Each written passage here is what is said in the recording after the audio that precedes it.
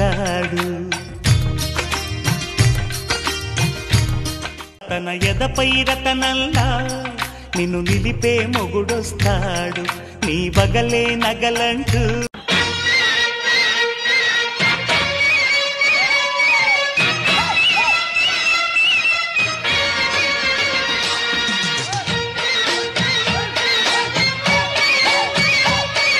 లక్షణంగా ఉన్న ఆడపిల్లలకే లక్షలకు లక్షల కట్నం ఇస్తుంటే పెళ్లిళ్ళు కాని ఈ రోజుల్లో ఇలాంటి గతం ఉన్న నీకు భవిష్యత్ ఎక్కడిదే?